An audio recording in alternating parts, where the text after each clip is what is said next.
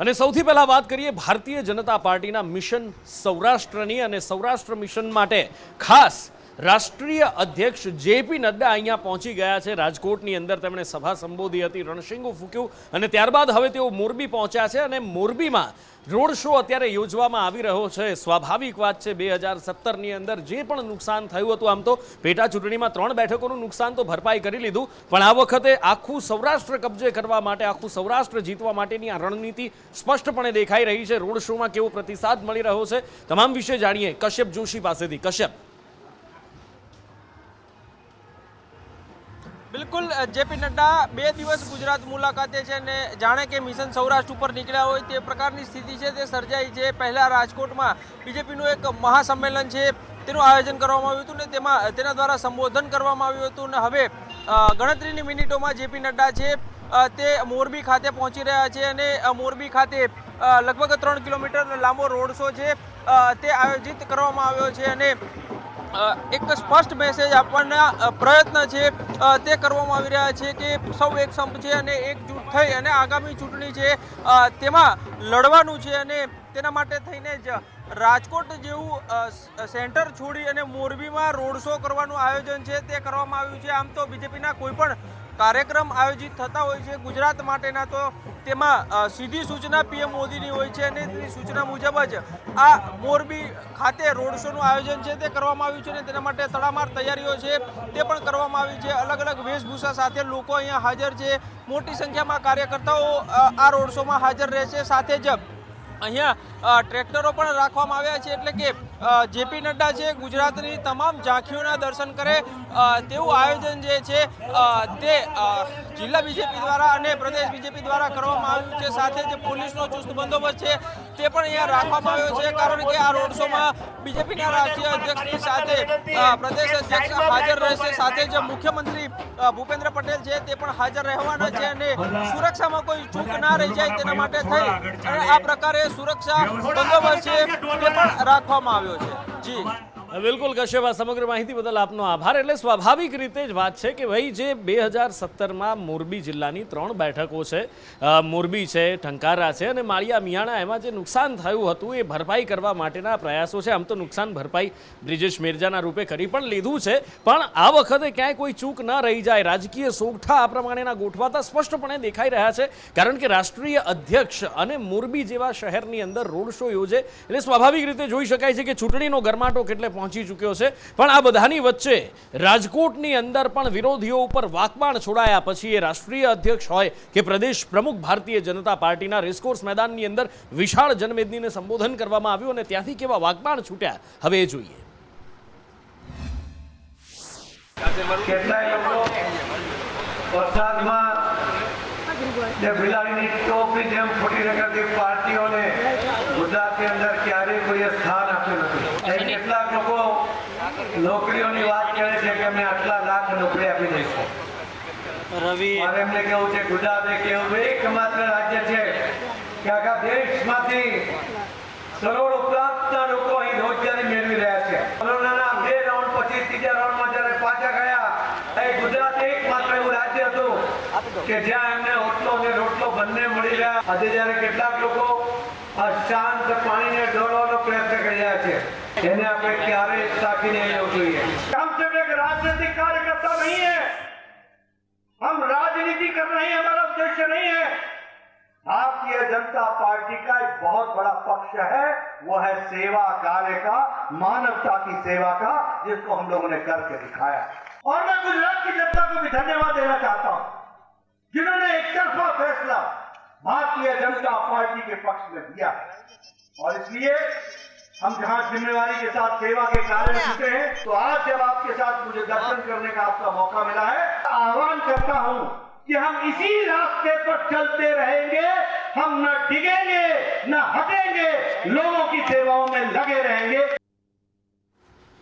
એટલે જેપી નડ્ડાના શબ્દો અને માથા ઉપરની કાઠિયાવાડી પાઘડી ઘણું બધું કહી જાય છે, પણ એવું નથી કે જેપી નડ્ડાએ માત્ર સૌરાષ્ટ્રની અંદર કાર્યક્રમ કર્યો. સૌરાષ્ટ્રને જ રીઝવવાના પ્રયત્નો થયા છે, પણ ખેડૂતોને પણ રીઝવવાના પ્રયત્નો થયા છે. અને કાર્યક્રમની અંદર તેમણે હિસ્સો લીધો હતો. ખેડૂતો સાથે શું ચર્ચા થઈ અને એમાં પણ ખેડૂતોનું પણ આંદોલન રાજ્યની અંદર ચાલી જ રહ્યું છે, તો શું એમાં પણ કોઈ અડચણ વિઘ્ન આવ્યું કે આવતા રહી ગયું કે તમામ વિશે માહિતી મેળવીએ ભાવિની પાસેથી. ભાવિની, નુપુર, વાત કરીએ વિધાનસભાની ચૂંટણીને લઈ દિગ્ગજ નેતાઓના અત્યારે ગુજરાતમાં ધામા છે. પ્રધાનમંત્રી ખુદ આવવાના છે, સાથે જ ગૃહમંત્રી અમિત શાહ પણ આવવાના છે ગુજરાત, અને સાથે જ અત્યારે ભારતીય જનતા પાર્ટીના અધ્યક્ષ જેપી નડ્ડા ગુજરાતના 2 દિવસના પ્રવાસે છે. ત્યારે તેઓએ આજે અલગ અલગ સભાને સંબોધી હતી. એ બધા જ વચ્ચે ખેડૂતોને રીઝવવાનો પણ તેમણે પ્રયાસ કર્યો છે. ખેડૂતો મહાપંચાયત સંમેલનમાં તેઓ હાજરી આપી હતી, ખેડૂતોને સંબોધન કર્યું હતું. તે દરમિયાન તેમણે એવું કહ્યું કે કેટલાક તો માત્ર આગેવાનો સાથે ખેડૂતોને કામ આપીશું, ખેડૂતોલક્ષી કામ કરીશું તેવી વાતો કરે છે, પરંતુ મોદી સરકારમાં અનેક કામ થયા છે અને આગળના દિવસમાં પણ કરતા રહીશું. પરંતુ આ બીજી બાજુ દ્રશ્યો કંઈક અલગ પણ જોવા મળ્યા હતા. એક બાજુ જેપી નડ્ડા જ્યારે સભાને સંબોધી રહ્યા હતા, તો બીજી બાજુ નભોઈમાં જ્યારે આ સભા સંબોધી રહ્યા હતા તે દરમિયાન જ કેટલાક લોકો બહારથી આ સભામાં હાજરી આપવા માટે પહોંચી રહ્યા હતા. તે દરમિયાન પોલીસ દ્વારા તેમની અટકાયત પણ કરવામાં આવી હતી. નાના મોટા ઘર્ષણના દ્રશ્યો પણ ત્યાં સર્જાયા હતા. આ પરિસ્થિતિનું નિર્માણ અત્યારે ગુજરાતમાં થઈ રહ્યું છે. બિલકુલ, એટલે એક બાજુ સભાઓ છે, લોકોને રીઝવવા, ખેડૂતોને રીઝવવાના પ્રયત્નો થઈ રહ્યા છે, સૌરાષ્ટ્ર અંકે કરવાના પ્રયત્નો થઈ રહ્યા છે. ત્યાં બીજી બાજુ સૌરાષ્ટ્રમાં જ ભારતીય જનતા પાર્ટીની અંદર પણ જૂથવાદ ઉડીને આંખે વળગી રહ્યો છે. ભરત બોઘરા અને કુંવરજી બાવળિયાનું ઘણું જૂનું છે. રૂપાણી જૂથ હોય કે પછી ગોવિંદ બાપાના એ શબ્દો હોય કે પછી રાદડિયા જૂથ સામે ઉઠતા અવાજો હોય, આ બધું જ દેખાઈ રહ્યું છે. ને એમાં ગઈકાલે ગોંડલમાંથી જે વિરોધના સૂર ઉઠ્યા હતા જયરાજસિંહ અને અનિરુદ્ધસિંહ વચ્ચેનો એ જૂથવાદ ફરી એકવાર સપાટી ઉપર આવ્યો હતો અને એ શબ્દોની મર્યાદા પણ ક્યાંક ચૂકાઈ હતી. ત્યારે આ બાબતને લઈને જયરાજસિંહને લઈને પોરબંદરના સાંસદ રમેશ ધડુક દ્વારા નિવેદન આપવામાં આવ્યું છે. શું કહેવામાં આવ્યું છે એ જોઈએ. અત્યારે અમારા ચાલુ ધારાસભ્ય ગીતાબા છે, એની અમે માગણી કરવાના છે.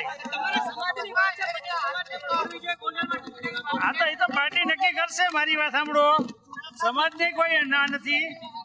અમારા અલ્પેશભાઈ છે, બધા છે. તમને કહું, પાર્ટી જે નક્કી કરશે, પણ અત્યારે અમારે ચાલુ ધારાસભ્ય ગીતાબાને મળે એવા અમારા પ્રયાસો છે. એમ છતાં જે પાર્ટી નક્કી કરશે એ પ્રમાણે અમે માન્ય રાખશું.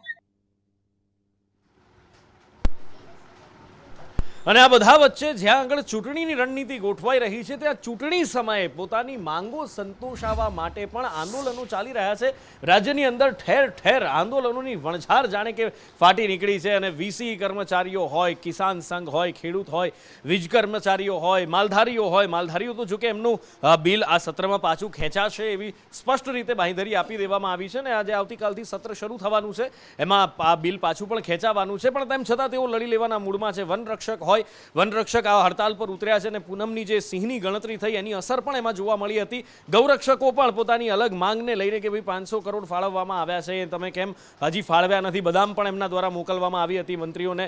બેંક કર્મચારીઓ પણ હવે એની અંદર જોડાઈ ગયા છે, પીડીએસ કર્મચારીઓ પણ છે, આંગણવાડી બહેનો પણ છે, એલઆરડી બહેનો પણ છે. ઘણા બધા લગભગ 15 થી 17 આંદોલન અત્યારે રાજ્ય સરકારની સામે પડકાર બનીને ઊભા છે. અને આ જ આંદોલનની હવે ધીમે ધીમે જેમ જેમ ચૂંટણીનો સમય નજીક આવી રહ્યો છે, ચૂંટણીનો સમય જેમ એટલે કે 10 દિવસની અંદર કદાચ ચૂંટણીની જાહેરાત થઈ શકે છે, અને તેમ આંદોલનો વધુ ઉગ્ર બની રહ્યા છે. એક બાદ એક કર્મચારીઓ આ આંદોલનમાં જોડાતા જઈ રહ્યા છે. ત્યારે આ આંદોલન ક્યાં કયા અને કેવા સ્વરૂપે અત્યારે જોવા મળી રહ્યા છે, હિરેન પાસે વિગતવાર માહિતી લઈએ. હિરેન,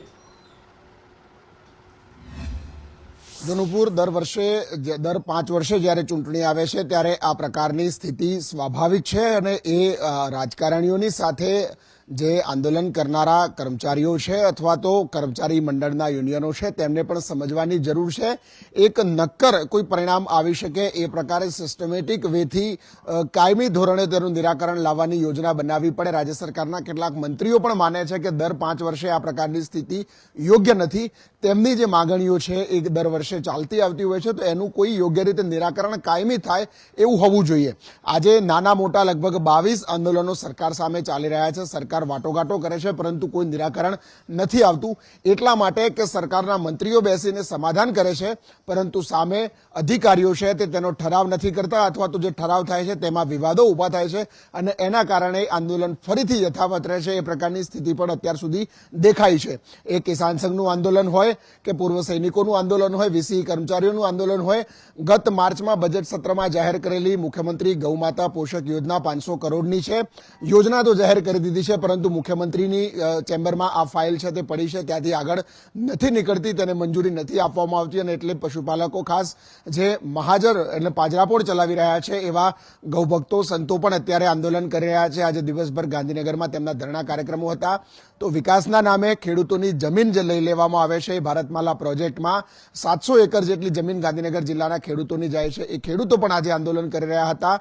વનપાલ વનરક્ષકો જે છે એ પોતાની પડતર માંગણીઓ, હક રજા, પગાર, ગ્રેડ પે વધારવાની માંગણીઓ સાથે નાના બાળકોને લઈ અને ગાંધીનગરમાં આંદોલન કરી રહ્યા છે. વીસી કર્મચારીઓ 12 દિવસથી આંદોલન પર છે.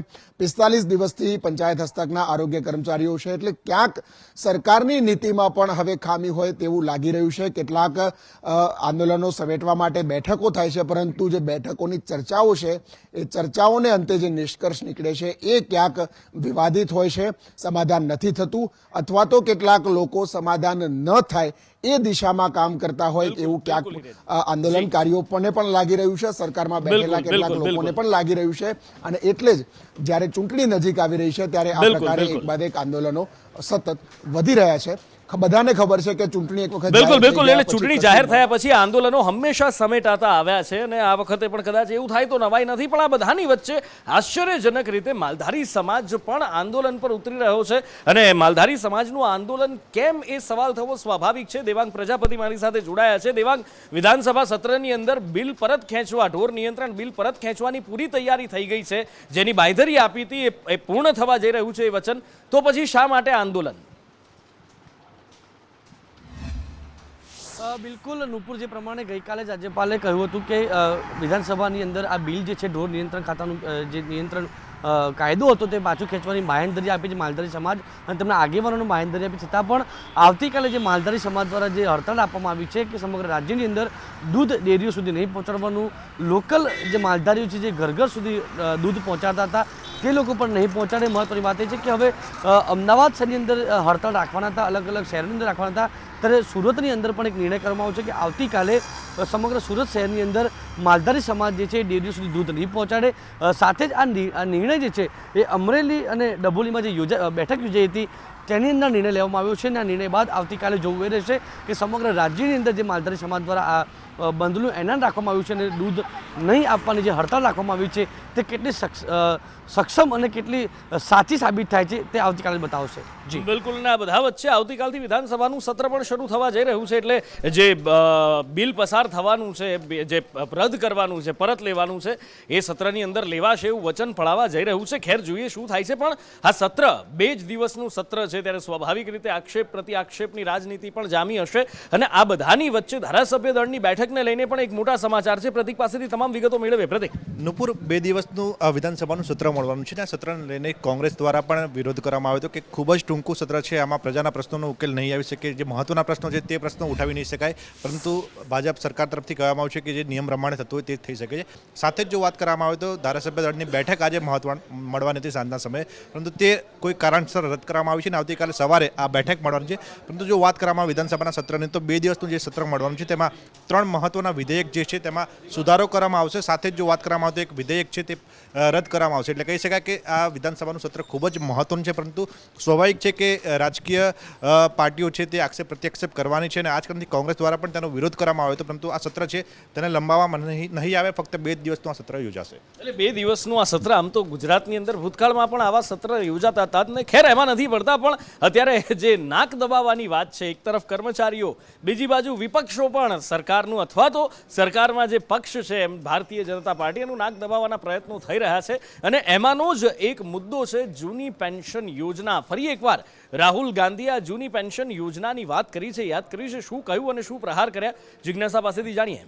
બિલકુલ નુપુર, રાજ્યમાં વિધાનસભાની ચૂંટણી પહેલા આંદોલનોની વણઝાર જોવા મળી રહી છે અને એમાંનું એક આંદોલન છે સરકારી કર્મચારીઓનું. અલગ અલગ વિભાગના તમામ સરકારી કર્મચારીઓ છે એ જૂની પેન્શન યોજના ફરીથી લાગુ કરવાની માંગ સાથે સરકાર સામે મોરચો કાઢીને બેઠા છે. ત્યાં હવે રાહુલ ગાંધીએ પણ નિવેદન આપતા પ્રહાર કર્યા છે કે અમે અમારી જ્યાં સત્તા છે એવા રાજસ્થાન અને છત્તીસગઢમાં જૂની પેન્શન યોજના લાગુ કરી છે. અમે વૃદ્ધોને આત્મનિર્ભરમાંથી નિર્ભર બનાવ્યા છે અને જો ગુજરાતમાં પણ અમે સત્તા પર આવીશું તો જૂની પેન્શન યોજના ફરીથી લાગુ કરવામાં આવશે. એટલે કે આ રીતે રાહુલ ગાંધીએ એક રીતે ગુજરાતની જનતાને આકર્ષવાનો નુપુર પ્રયાસ કર્યો છે. બિલકુલ. આની પહેલા પણ જ્યારે અમદાવાદમાંથી એમણે સભા સંબોધી હતી રિવરફ્રન્ટ પરથી કાર્યકર્તાઓનું સંમેલન, ત્યારે પણ રાહુલ ગાંધીએ કંઈક આવું જ કહ્યું હતું. પણ જ્યારે પછી અમે તપાસ કરી, 500 રૂપિયામાં બાટલો ગેસનો આપવાની વાત કરી હતી, જ્યાં છત્તીસગઢની અને રાજસ્થાનની એમણે વાત કરી, હજાર રૂપિયા કરતાં વધારે ત્યાં પણ મળે છે, તો ત્યાં નથી અમલ, અહીંયા કેવી રીતે? ખેર આ જૂની પેન્શન યોજના તો રાજસ્થાનને બધી જગ્યાએ અમલ છે, એટલે કદાચ અહીંયા આગળ એમનું વચન આપી શકે. એ બધાની વચ્ચે હવે વાત કરવી છે લંપી વાયરસ, જે ગુજરાતની અંદર ખાના ખરાબી આ વાયરસે મચાવી હતી. રાજસ્થાનની અંદર પણ અત્યારે કંઈક આવું જ થઈ રહ્યું છે અને રાજસ્થાનમાં અત્યારે રાજકારણ ગાય માતાને લઈને, લંપી વાયરસને લઈને ગરમાઈ રહ્યું છે. શું થઈ રહ્યું છે રાજકારણમાં અંદર લંપી વાયરસને લઈને, ગૌ માતાને લઈને, જાણીએ પ્રતિપાલ પાસેથી.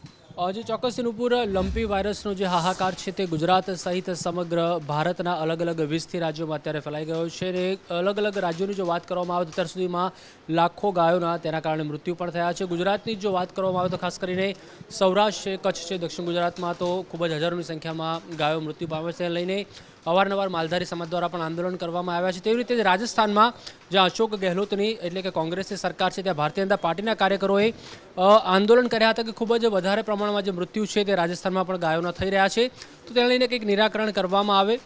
તેને લઈને જે કાર્યકર્તાઓ છે ભારતીય જનતા પાર્ટીના તેમજ પોલીસ વચ્ચે ખૂબ જ મોટું ઘર્ષણ થયું હતું. તો સામે અશોક ગેહલોત દ્વારા પણ જણાવવામાં આવ્યું હતું કે કેન્દ્ર સરકાર અમારી મદદ કરે, કેન્દ્ર સરકાર અમને આર્થિક સુવિધા પણ પૂરી પાડે અને ખાસ કરીને જે રસીના ડોઝ છે તે અલગ અલગ રાજ્યોમાં ફાળવવામાં તો આવ્યા છે, પરંતુ હજુ સુધી તે જિલ્લા વાઇઝ તેમજ તાલુકા વાઇઝ ફાળવવામાં નથી આવ્યા. તો તે અમને ફાળવવામાં આવે વધારે રસી તો અમે ગાયોને આપી શકીએ અને ગાયોના જ્યાં મૃત્યુ થઈ રહ્યા છે તે અટકે. ખાસ કરીને તેવું એ પણ જણાવ્યું હતું કે આ જે લંપી વાયરસ છે તેને રાષ્ટ્રીય આપત્તિ જાહેર કરવામાં આવે. રાષ્ટ્રીય આપત્તિ જાહેર કરવામાં આવે. ખેર, ભારતીય જનતા પાર્ટી રાજસ્થાનની અંદર વિરોધ પ્રદર્શન કરી રહી છે, પણ ગુજરાતની અંદર આપણે જે દ્રશ્યો જોયા હતા કે ટ્રેક્ટરની ટ્રોલીમાં ભરીને ગૌમાતાના મૃતદેહને તરછોડી દેવાય અને અહીંયા પણ ગાયોના મોતને આ તે, અહીંયા પણ ભારતીય જનતા પાર્ટીની સરકાર અને ત્યાં વિરોધ પ્રદર્શન. ખેર, કદાચ આને જ કહેવાતી હશે રાજનીતિ. રાજનીતિની માયાજાળમાં તો કદાચ સમજવું અઘરું થઈ જાય કે ક્યાં શું સોગઠા રમાય છે, ક્યાં શું સોગઠા મુકાય છે, કયા મુદ્દાને કેવી રીતે ઉચકાય છે, ક્યારે ગૌમાતાના નામે શું રાજનીતિ થઈ જાય. કદાચ આપણને સામાન્ય માણસોને આ ન સમજાતું હોય. આગળ વધીએ.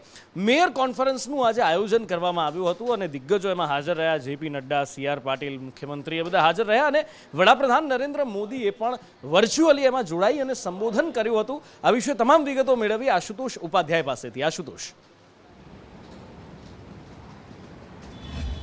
જીનુપુર 2 દિવસીય મેયર કોન્ફરન્સનું આયોજન ગાંધીનગર ખાતે કરવામાં આવ્યું છે, ત્યારે મુખ્યમંત્રી જેપી નડ્ડા સહિત નેતાઓ જે છે ઉપસ્થિત રહ્યા હતા અને વડાપ્રધાન નરેન્દ્ર મોદીએ વર્ચ્યુઅલી તમામ મેયરોને સંબોધિત કર્યા હતા. તેમણે સ્પષ્ટ કહ્યું છે કે સબકા સાથ સબકા વિકાસની સાથે સબકા પ્રયાસ જે છે તે પણ જરૂરી છે. એટલે પ્રયાસ કરવામાં આવશે તો ચોક્કસથી પરિણામો જે છે તે મેળવી શકાશે. તેમણે આગામી 25 વર્ષમાં શહેરી વિકાસના રોડમેપ તૈયાર કરવાની જે છે તે ખાતરી આપી હતી. સાથે સાથે લોકો સુધી કહી શકાય કે તેમને પહોંચવા માટે આહવાન કર્યું છે, કારણ કે નેતાઓ જે છે તે લોકો સુધી પહોંચતા નથી અને તેના જ કારણે ક્યાંક કામો જે થતા નથી અને તેના જ કારણે તેમણે કહ્યું છે કે જે મેયર છે તે જનતા વચ્ચે રહીને કામ કરે તે ખૂબ જ જરૂરી છે. તેમણે કહ્યું કે ગુજરાતમાં સૌપ્રથમવાર BRTS જે લાગુ કરવામાં આવી હતી અને તેને લઈને હવે આજે દેશના અન્ય રાજ્યોમાં પણ તે શરૂ કરવામાં આવી છે. સાથે સાથે ગ્રામ્ય વિસ્તારો હોય કે શહેરી વિસ્તારો હોય, તમામ જગ્યાઓ ઉપર વિકાસના કામો જે છે થઈ રહ્યા છે અને લોકોમાં વિશ્વાસ જે છે તે પણ પેદા થઈ રહ્યો છે. 1000 કિમીના મેટ્રો રૂટનું કામ પણ ચાલી રહ્યું છે તેવું તેમણે સ્પષ્ટ કહ્યું હતું અને તેમણે કહ્યું હતું કે ભારતીય જનતા પાર્ટીના શાસનમાં જે પણ